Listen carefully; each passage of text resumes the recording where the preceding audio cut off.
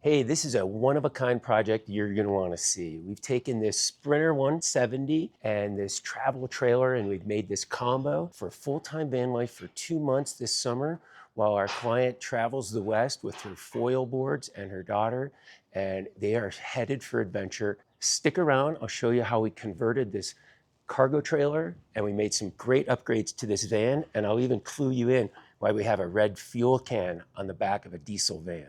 This was a previously converted van by 27 North, and the client needed just a few tweaks to the storage and some of the capabilities of this van. So come inside and take a look what we did. So starting on the interior, we didn't really change much or any of the layout, but what we did add was a headliner shelf up front here. She's got a lot of pillows, a lot of blankets, and so we needed a place to put all of that stuff. And then you'll see inside we did some additional netting. But one of the big parts of this project was retrofitting this microwave cabinet. There was a microwave oven here. She wasn't using it. She really needed the extra storage. And part of the mitigation here was that this corner stuck out quite a bit.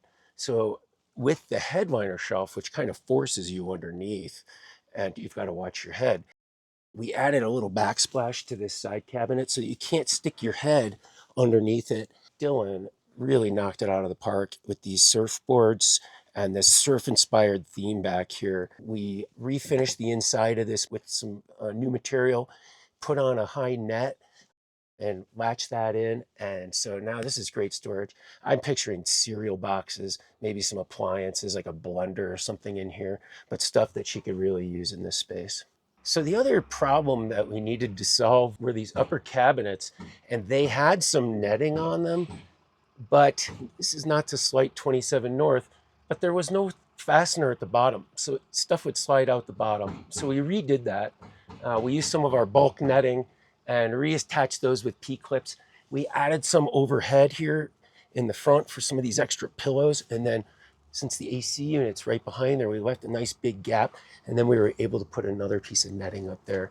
This is going to make all of this space super useful when she fills it up. Our client's going to be heading down to really hot zones in the summertime, and with 100-degree temps.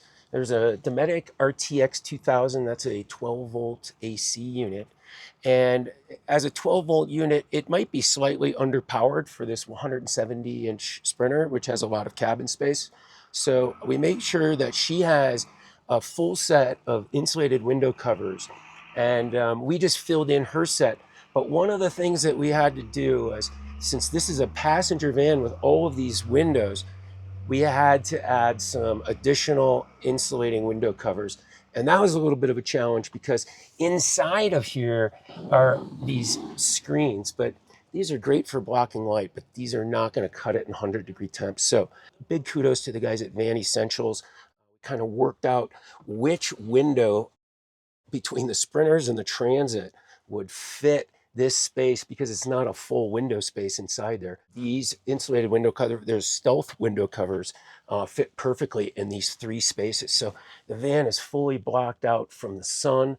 I don't even have anything on it on the windshield right now, and I can already feel the temperatures in here are so much better. So it's going to make it much more efficient, and it's going to allow this air conditioner to run continuously. As you know already, we're going to be towing a cargo trailer behind this van, and so we needed to make some changes on the back.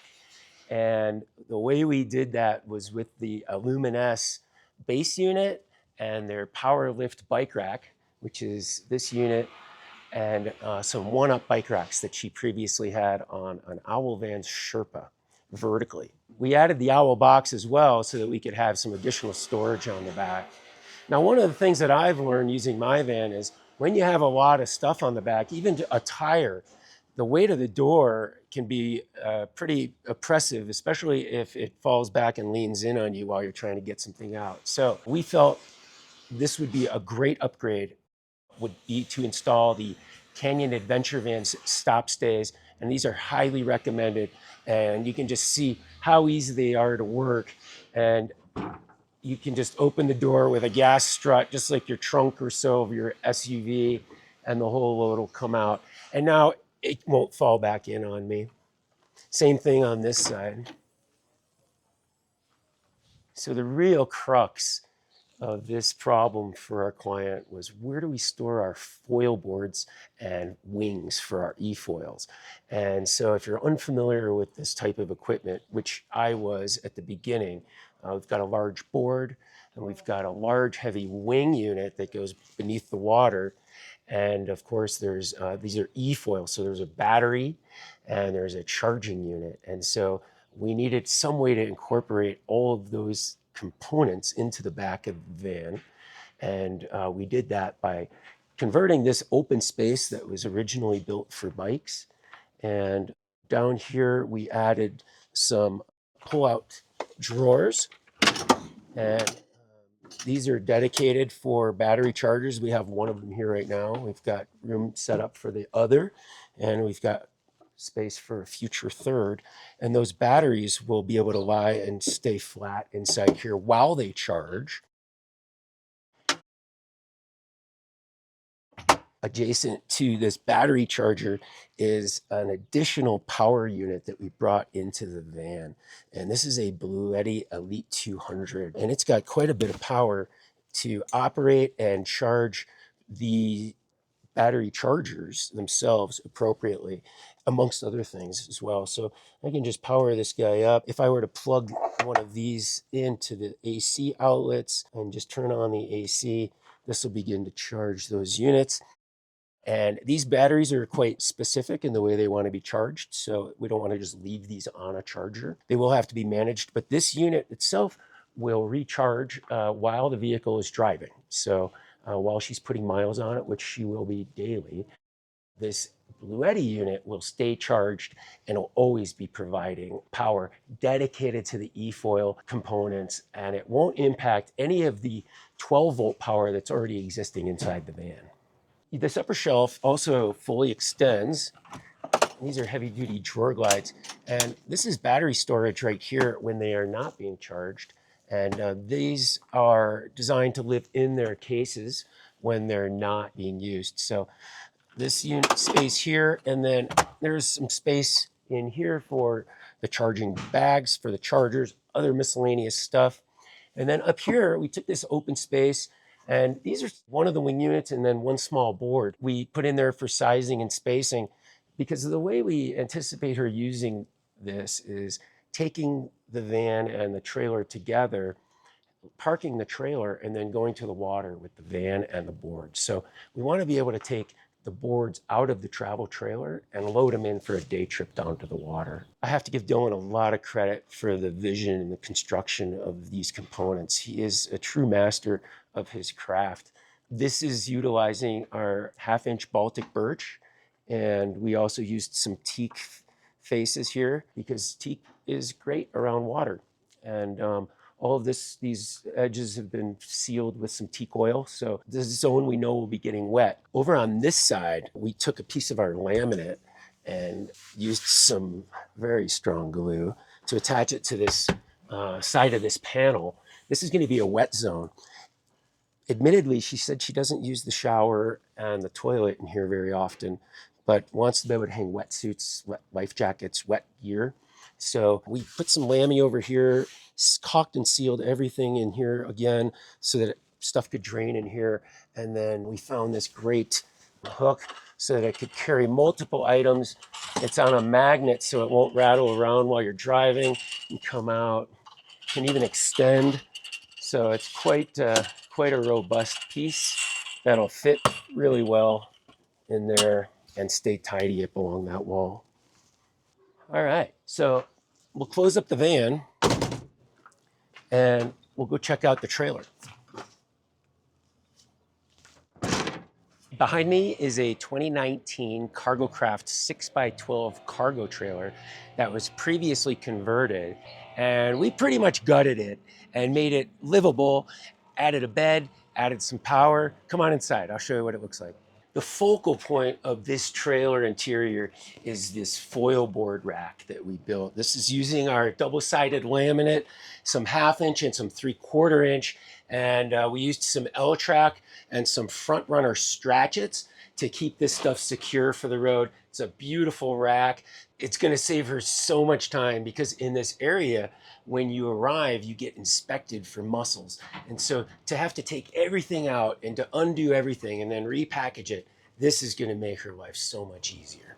So one of the things we have to work around, and when I say we, I really mean Dylan, and I need to give him the proper credit here for the work that he did on a tight timeline and the efficiency and craftsmanship that he put together on both this van and this trailer are impeccable. So he built these upper cabinets, and again, we used some of our similar same style netting. This sink unit is hard plumbed in. It will stay, and it was here originally. So, but this burner off here to my left, this is actually on wheels, and so this unit will come out, and so this can be used outside, and it's designed to be used outside. Okay, so what job doesn't have a curveball? And this one came right when we got the trailer. It was decided that they're going to be traveling with a third friend, and they already have an extra captain's seat that fits in the van, but there's only sleeping arrangements for two inside the van. So we needed to add a bed to the cargo trailer and make this a livable space. And so King's Conversions in Craig, Colorado has this cargo trailer aluminum made bed specifically for cargo trailers. This is the 29 by 80. He's got other sizes. I've got to hand it to the guy over at King's Conversions for really coming through in the clutch for us on this. And this bed just folds up flat. It's got a mattress built in. I got to drop the legs here first. Super easy to operate. And then I just got to step out of the way, and then we've got a nice bed with a comfortable mattress. We just built a little, what do you call that, a sideboard on there to keep that mattress still. And so this can just lay down at night and become a bed. Of course, in order to do this, we had to shore up some additional structure in there. Our points didn't quite hit. This just fits inside. So we used a piece of 3/4 into the existing structure of the trailer itself and gave this thing a ton of support and strength. And this is just such a smart design that it comes off the wall and allows for the mattress and even some of the bedding that can stay inside there. Great job from King's Conversions. So there's already a 20-gallon water tank plumbed in here. We took the existing box that wasn't very efficient in use of space and recreated this one on top of it. And then, of course, if you look in the front here, you'll see this is a service panel that you can just use thumb screws to open, and this will access the pump, and there's a valve inside that can just purge that tank and empty it to the ground. We really have to give a shout out to Jose for this beautiful power box and setup that he put together inside this trailer. He had to really architect this power system that was already in here and come up with a way for us to create additional power and use it sort of within the existing infrastructure that we had. And I think he really nailed it. The existing trailer was outfitted with a pretty small car battery that was just running some of these DC lights up above.